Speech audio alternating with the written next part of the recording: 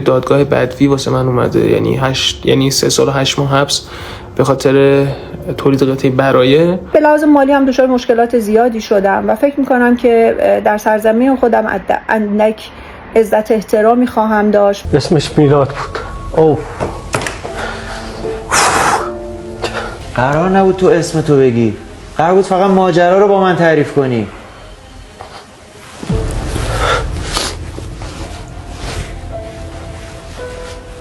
من وقتی این لباس رو دیدم، با اینکه به هر کار خودم در واقع طراحی لباس هست، اولین چیزی که نظرم رو جلب کرد رنگش بود. عزیزم جانم اگه در حد بود که ناراحت نبودن که. پس میگه چیکار الو نه با فامیل. نه جدی چجوری من رو تعجب میکنم. خانم فقور خودش رو کشته و من رفتم خونه، حالا CPR کردیم، بعدش که اورژانس رسید و بعد متوجه شدیم که بعدشون فوت کردن و گفتن علامه حیاتی نداره. تا تهمت فحش هم رفتم فلان خار مغیلانم داره.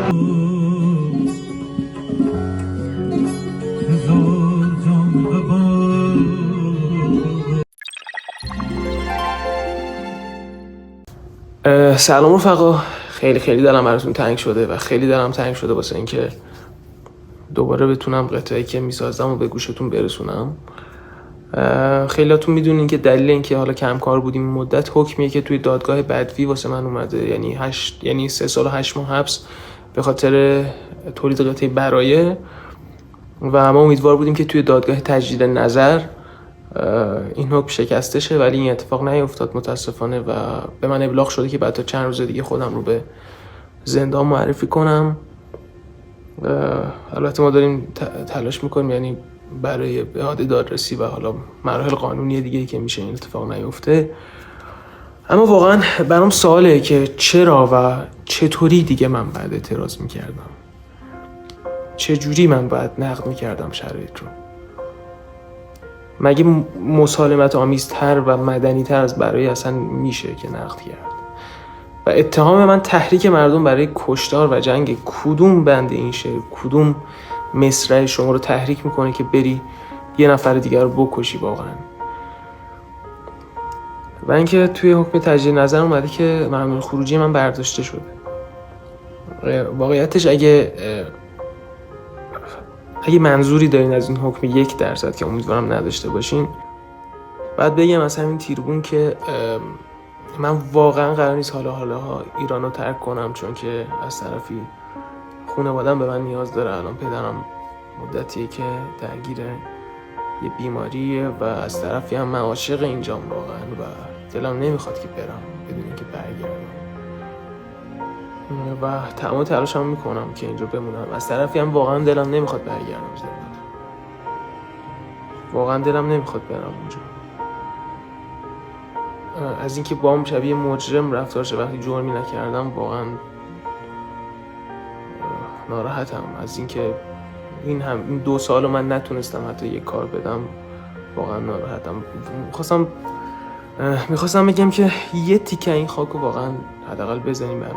من هیچ چیزی نمیخوام از شما. من واقعا انتظار ندارم که بذارید من برم روی استیج، انتظار ندارم که بذارید من پول در بیارم به شکل خاصی از پلتفرم‌های شما، از تلویزیونتون. من فقط میخوام بذارید که تو اتاق خودم کارم رو تولید کنم و منتشرش کنم، مثل همه بچه‌ای که تو موسیقی زیرزمینی کار میکنن. منم میخوام بتونم موزیک بدم، آلبوم بدم و دلم نمیخواد که اینجوری با هم رفتار شه. خیلی دوستتون دارم و خیلی ازتون ممنونم برای اینکه تلاش کردین این اتفاق برای من نیفته و هیچ وقت هیچ انتظاری نداشتم، هیچ وقت احساس نکردم احدی به من بدهکاره به خاطر اینکه اون قطعه رو من ساختم و خوندم و هیچ وقتم دلم نمیخواد چون من الان دارم هزینه‌ای میدم کسی دیگه لزوما هزینه‌ای بده. امیدوارم که یه روزی هم دیگر ببینیم. درود بر شما. دیدن این ویدیو قطعاً بخشی از جامعه را به شدت خوشحال میکنه. اون بخشی که من بهشون تاختم، هجوم آوردم، اعتراض کردم، نقد کردم، قطعاً از دیدن این ویدیو خوشحال میشن و تیتر میزنن، دست میگیرن و مسخره خواهند کرد و خلاصه کلی کیف میکنن. اصلا برای من اهمیتی نداره. من این ویدیو رو میگیرم برای مردمی که عاشقانه دوستشون دارم و در تمام سالهای عمرم سعی کردم باشون با صداقت رفتار بکنم و اونها هم همیشه به من محبت داشتن. این ویدیو برای شماست عزیزای دلم. من چند ماهه که برای برگشتنم به ایران به همراه مادرم درخواست دادم از طریق خانه سینما. نمیدونم چه اتفاقی میفته، روال به چه صورت خواهد بود، چه برخوردی خواهد شد، چه اتفاقاتی خواهد شد، چه توقعاتی ایجاد خواهد شد. هیچ کدوم اینها رو نمیدونم و دارم سعی میکنم خودم رو آماده بکنم. دلایل زیادی دارم برای برگشتنم به کشور خودم. مادر من در سنی قرار داره و شرایط فیزیکی قرار داره که آوردنش به یک کشور دیگه کار اشتباه بزرگی بود که از من سر زد و از اینجا ازش میخوام که منو حلال بکنه و من رو ببخشه. چه به لحاظ روحی آسیب دید، چه به لحاظ جسمی. شرایط پلاتین های پاش، یکی از پاهاش اینه که پلاتین ها عمر مفیدشو کرده و هر آن امکان داره که جراحی و تعویض پلاتین ها ضروری باشه و در کشور دیگه هزینه ها بسیار سنگینه، بیمه نداره و من شرایط اقتصادیم طوری نیست که بتونم این کارو اینجا به نحو احسن انجام بدم. دلیل بزرگش اینه و یک دلیل دیگه که وجود داره اینه که شرایط اقتصادی من اینجا، وقتی من خارج شدم از ایران، کارم تبلیغات بود، چون در ایران من ممنوع کار بودم و شغل دیگه ای نداشتم، سالها بود ممنوع کار بودم. موقعی که اومدم بیرون تبلیغات همچنان وجود داشت، ولی بعد از خیزش مهسا امینی تبلیغات قطع شد. یعنی کسایی که ایران بودن میترسیدن تبلیغات به من بدن. دوستانی هم که خارج از ایران بودن، باز کسایی که چون بیشترشون ایران رفت و آمد داشتن، بازم میترسیدن تبلیغاتشون رو به من بدن. من از جانب جایی هم حمایت نداشتم، ساپورت مالی هم از جایی نشدم. در تمام سالهای عمرم برای اینکه صدای مردم سرزمینم باشم، قرونی از جایی دریافت نکردم و از جایی حمایت نشدم و نمیشم و نمیخواستم هم که بشم. در واقع اینه که به لحاظ مالی هم دچار مشکلات زیادی شدم و فکر میکنم که در سرزمین خودم اندک عزت احترامی خواهم داشت و محبت مردم همیشه شامل حالم بوده و فکر میکنم همه اینها دست به دست هم میده و دلایل محکمی هست که من برگردم به سرزمینم. امیدوارم شرایط من رو درک بکنید، شرایط مادرم رو درک بکنید. حال ما در این 3 سال گذشته در غربت هیچ وقت خوب نبود، هیچ وقت عادت نکردیم، آدم مهاجرت و غربت نبودیم. بر اساس شرایطی که من داشتم مجبور به مهاجرت شدیم و امروز باز هم از مادرم عذرخواهی میکنم برای اینکه باز هم وقتی که برگردیم قطعا دچار استرس ها و مشکلاتی خواهد شد و به هر حال به عنوان یه مادر دلش خواهد درزید. مادرم منو ببخش، من رو حلال کن و مردم خوب سرزمینم منو ببخشید که اگر کم آوردم، منو ببخشید اگر مجبور به سکوت خواهم شد، منو ببخشید اگر که تا انتها نتونستم کنارتون بایستم، منو ببخشید اگر که حد و توانم تا همینقدر بود و امیدوارم که روزی برسه که همه جای دنیا عدالت برقرار باشه، آزادی، سلامتی، شادی، موفقیت برای همه مردم باشه، رفاه و آسایش و آرامش و امنیت برای همه باشه. عاشقانه دوستتون دارم و هیچی ازتون نمیخوام به جز این که شرایط من رو درک بکنید و قضاوتم نکنید. خیلی دوستتون دارم و عاشقتونم و ایشالله که به زودی در سرزمین خودم نفس خواهم کشید و خاک سرزمین خودم رو خواهم بوسید. لباس ایرانی ها برای شرکت در مسابقات المپیک، ورزشکاران خانم، ورزشکاران آقا، به ویژه برای خانم ها خیلی مورد نقد قرار گرفته، اونم از سمت هموطنان عزیز کشور خودمون. من فکر می‌کنم کاش که میتونستیم نگاهمون رو تغییر بدیم. من وقتی لباس رو دیدم، با اینکه به هر کار خودم در واقع طراحی لباس هست، اولین چیزی که نظرم رو جلب کرد رنگش بود. خب مدل به حال سلیقه‌ای بود، شاید خیلی من راضی نکرد، اما رنگش رو دوست داشتم. احساس کردم که حامل یک پیامه و میتونه حامل پیام صلح جهانی باشه. خواهش میکنم اینقدر الکی دنبال حاشیه نرید. برای دیده شدن خودتون در سوشال مدیا راههای خیلی بهتری هم وجود داره. به نظر من نیازی نیست که شرایطی رو فراهم بکنین که دختران و پسران نازنین و ورزشکاری که چند سالیه دارن تلاش میکنن خودشون رو برای المپیک آماده کنن و اصلا هم نقشی در انتخاب لباسشون ندارن، وقتی حوصله‌شون سر میره گوشیشون رو باز میکنن، سری به سوشال مدیا میزنن ببینن اوضاع احوال چطوره، ببینن فیلمشون پخش شده، لحظه معرفیشون پخش شده یا نه. بعد وقتی پیام‌های شما رو و اون مدل برخورد و نقد شما رو ببینن، حتی بعضی از همکاران محترم بنده، خب روحیه‌شون تضعیف میشه. به نظر من نگاهمون رو عوض کنیم که آی مردم، قضاوت چیز خوبی نیست. آی مردم، جنگ چیز خوبی نیست. آی مردم، لطفاً نگاه ها را تغییر دهید و جور دیگری به زندگی نگاه کنید. برشون دعا کنید با دست پر برگردن و اگر اونها مدال های زیادی رو با خودشون بیارن که حتما هم میارن، شما انقدر خوشحال میشید که دیگه یادتون میره که اونها برای شرکت در المپیک چه نوع لباسی رو تنشون کردن. من مطمئنم به زودی رنگ لباس و رنگ سفیدی که برای لباسشون انتخاب کردن در دنیا سر و صدا خواهد کرد، سر و صدای مثبت. الان که فعلا بعضی از در واقع دوستان خودمون، هموطنان خودمون دارن کم لطفی میکنن. یه کوچولو فکر کن، ورزشکار نازنین ما در اتاقش داره استراحت میکنه و سری به سوشال مدیا بزنه و ویدیوی تو رو ببینه، راحت میشه، روحیش ضعیف میشه. باور کن اون اصلا نقشی در انتخاب لباس خودش نداره، اما قطع به یقین اون هم نگاه خوبی داره برای اینکه شاید حامل یک پیام باشه برای دنیا، برای رسیدن به صلح جهانی. الهی آمین. دوستتون دارم. دوستی نوشتم من و همسرم 16 سال ازدواج کردیم، تا حالا همدیگر به اسم صدا نکردیم. میخوام عزیزم جانم عوض کنم؟ عزیزم نه جانم اگه در حد بود که ناراحت نبودن که. پس میگه چیکار کنم؟ الو نه با فامیل. نه جدی چجوری من رو ترجمه میکنم؟ با فامیلی صدا میکنم مثلا. با دست. ببین 16 سال همگر رو به اسم صدا نکردم. به فامیل مثلا جناب آقای سید سرکار خانم فلان اینجوری صدا میکنه احتراما. چون میده که بعضی از ما حتی آداب اولیه ارتباط کلامی رو بلد نیستیم تو خونه، بعد انتظار داریم که مثلا تو خیلی از موضوعات با هم دیگه باشیم. این عوض نمیشه. 16 سال من که اسم جدید برای خودشون داشته باشن یا با سری کلماتی که دوست دارن صحبت کنن، یعنی راحت ترن باهاش. خیلی جالبه. من این برنامه که میرفتم دیدم که یه بار رفته بودیم یه مسافرتی، دیدم یه آقای به خانمش گفتش که کامبیز.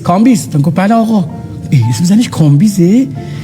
خود اسم خانمش کامبیزه. رفتم گفتم آقا خانمش کامبیزه. گفت خجالت بکش، آدم که تو جمع اسم زنشو نمیگه، اسم پسرشو میگه. عجب چیزی بود. دکتر پیاما داریم اسم شروع شد. گفتم من خانممو به اسم پسر بزرگم تیمور صدا میکنم. تیمور لنگ. وای یالا. پای خانمش هم درد بگیره یه بار. اصلا تو خونه تیمور، بعد خانمه میاد. خب خیلی پیامای اینطوری خیلی زیاد داره میاد و مثل اینکه ما فکر کنیم اول فکر کنیم یه پیام مثلا با مزه‌ایه، ولی به خونه ها چه خبره؟ چقدر قشنگه. اینم به عنوان آخرین پیام. پدر بزرگم مادر بزرگم و چشم بادومی صدا میکنه. خب شد چشم بادومی. آره. حدود 2 سال پیش تلفنی به من شد که خانم فپور خودشو کشته و من رفتم خونه، حالا CPR کردیم، بعدش اورژانس رسید و بعد متوجه شدیم که برایشون فوت کردن و گفتن علائم حیاتی نداره. خب توی اون لحظه متاسفانه قضاوت‌های عجولانه خدا برای کسی نیاره، ولی این اتفاق برای هر مرد بیفته اولین متهم میشه آقای خونه که چه اتفاقی افتاده. از اونجایی که من میدونستم که کاری نکردم و هیچ اتفاقی نیفتاده، پیگیر شدم. یعنی میدونستم که پشت این قضیه تهدید وجود داره. طی 2 سال، یعنی دوستان در قوه قضاییه میدونن، من باور کنید 6 ماه اول 6 صبح 7 صبح میرفتم تا سر فرنگ رسانه تا جایی که بازپرس پرونده به آقا بیا استخدام شد. من وایسادم. این درس ایستادن هم من به شما بگم شاید ما حاصل همون هیئتی که رفتیم. شاید باور نکنید توی این مسیر این پرونده یک عدد گنده‌ای برای این کش رضایت، عدد خیلی گنده است. من فقط به شما میگم 100 میلیارد به من پیشنهاد شده پرونده رو ببندم. قضیه مال حدود 1 سال پیشه. ممکن بود یه لغزشی بشه برعکس. عدد کمی نیست.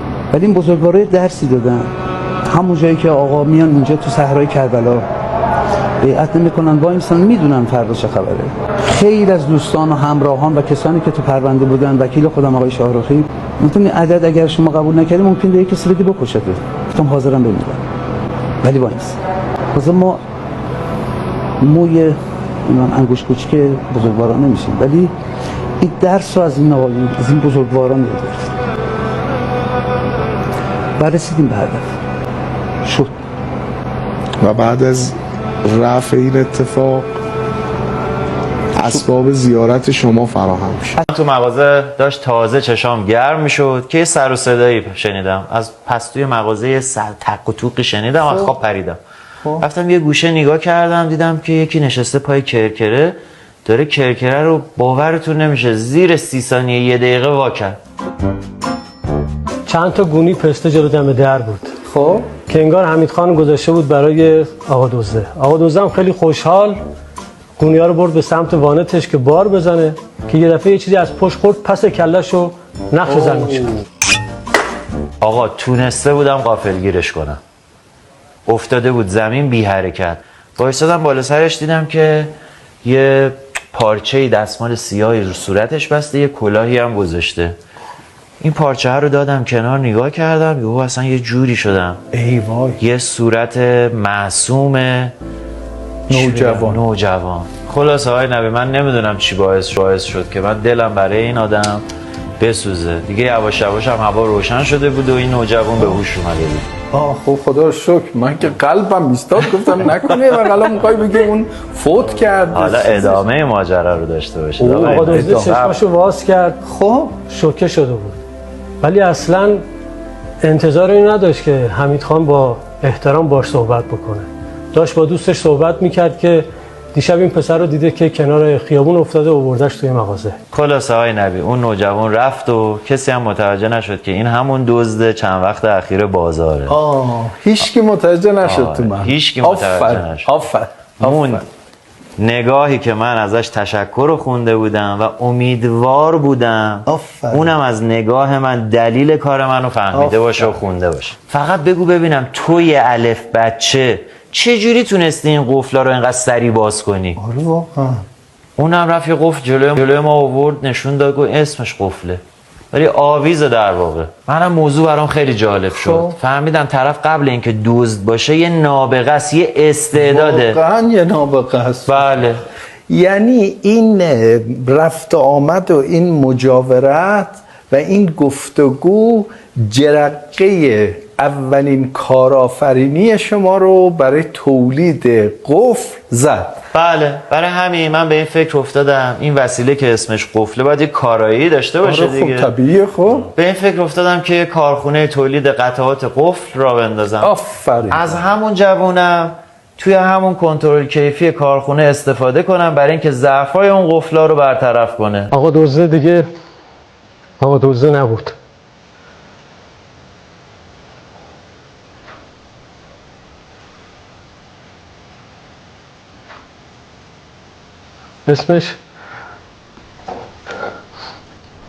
اسمش میلاد بود.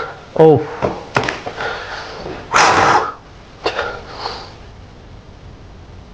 شده بود مدیر کنترل کیفی کارخونه، کسی که روزی هم مغازش دزدی کرد.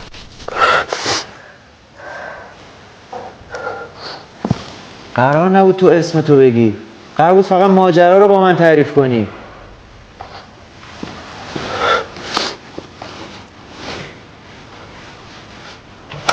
پسر ام‌البنین، قسم به مادرت،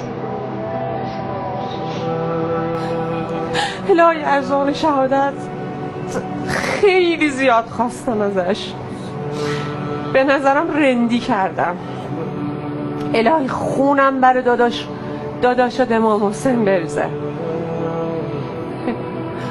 الهی دختر عزیز خانم شهید نشده از این زمین کلکش کردنش.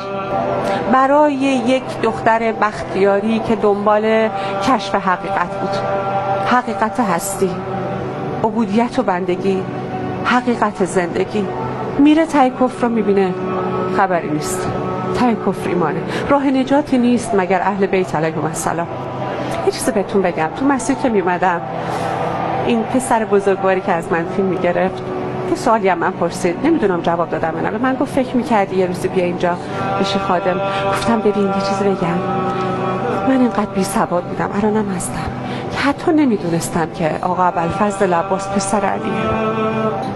توی این قصه توی کربلا وقتی که من اومدم خودم رو تجسم کردم، نه حالا منه که مثلا کار سینما میکردم، هر آدمی یک کمی تخیل داره،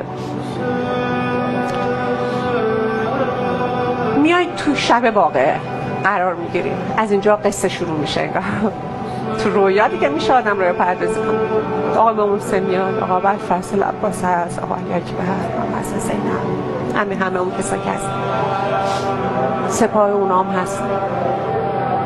از خودم بارها میپرسم الهام،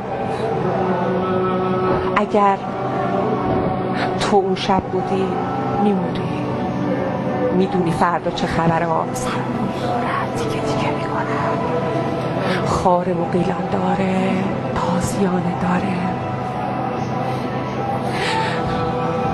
به همین ابوالفضل عباس به پر خادمین قسم من با التماس پیش حضرت زینب موندم، گفتم من میدونم من به دردت نمیخورم، ولی قسمتون میدم به بیبی شهربانو که امام حسین ما دوماد ما ایرانی هست، قسمتون میدم به حرمت همسرش من نگهداری. یک جایی شاید به دردت خودم، منم قد بلندم، بذار اونا اشتباه بگیرن منو بزنن، نمیدونم چجوری بگم،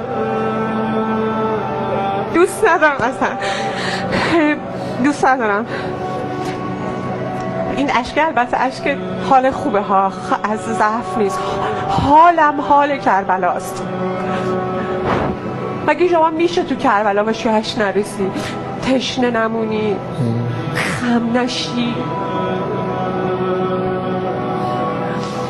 برای همین دیگه نمیتونم اعتراض کنم بگم برم بگم حالا بابویه کنم، یا حضرت زینب ببین دارن مردم چی کار میکنن، ببین دارن بهم میگن نمیدونم چی با فامیلیم هم شعر ساختن، تا تهمت فحش هم رفتن فلان، خار مغیلانم داره. بعد تو این بازی هم مثلا از توی کامپیوتری که بازی میکرد دیدی مثلا میخواد بره مرحله بعد یه سری امتیاز بده تا یه دونه مثلا اسلحه بگیره. من بهش میگم ترک ابتلاعات، اولش از کارم شروع شد. بفرما آقا، هنرم کارم مالش کنار گذاشته شد. ترک ابتلاعات تقدیم میکنی، اسماعیل وجودتو میدی، تقدیم میکنی. بفرما. سر آوای باران من بازیگر بودم که دوستش داشتن مردم، یه دفعه منفور شدن. آقا بفهم محبوبیتت هم میدید، میگه بده دیگه چی؟ در قبالش هم خب بهت یه چیزایی میدن دیگه. من به اونا دل خوشم. ترک ابتلاعات تا جایی میای جلو که دیگه میشی زهرایی، یکی در مقابل همه، حتی خانوادت هم تو دیگه قبولت ندارن. بعد مثلا من ببین بختیاری ها یه اصطلاح دارم، یه مولدوره بختیاری و اسای ما تفنگه، ما ایستاده رو اسب میمیریم. خب این نمکی که خوردیم پاش میمونیم. وقتی یه جا میگی به ابی انت و امی، میگه خیلی خوب اینجوری میخواستی پدر مادرتو بدی؟ نه خیر، شهرتتو بده. دی اجازه میدی عفتتو حالا هر روز نشونه بریم، بچه‌هاتم بخونن؟ اجازه میدی؟ برای یه زن چه چیزی مهمه؟ شما من بگو یه مادر چه چیزی داره برای اینکه بهش بماله؟ پیش بچهش خجالت بکشه بگم مادرت اینطوری اونطوری، ولی میگی یا حضرت زهرا. میخوام یه چیزی بگم. امام حسین این شهامت رو من بده، من اینو بگم. گفتی که چه حال فرمایش کردیم که تو این 10 سال اینا شنیدی چه حالی داری؟ حق اینو دارم نفرین کنم؟ اسمش نفرینی نمیتونم، دعای نمیتونم. اگه من بدم الهی به حق زینب به حالم دوچارش، الهی پر سبز رنگ خادمی حرمین رو تو دستاتون ببینم، الهی تو بین الحرمین نماز بخونم، الهی تربت واقعی ابا عبدالله الحسین رو بهتون بدن. الهی انقدر رو زمین خدا بهتون روزی و مال بده که یک عالمش رو خرج امام حسین میکنه. الهی برای استعانت بگی یا علی مددی بی حد و عددی. الهی استقامت تو از حضرت زینب بگیری و بشی زینب زمانت، استعانت بگیری. الهی بشی الگو، دیگه بمونی تو کربلا، دیگه نری، حسینی بشی، زهرایی بشی، حیدری بشی.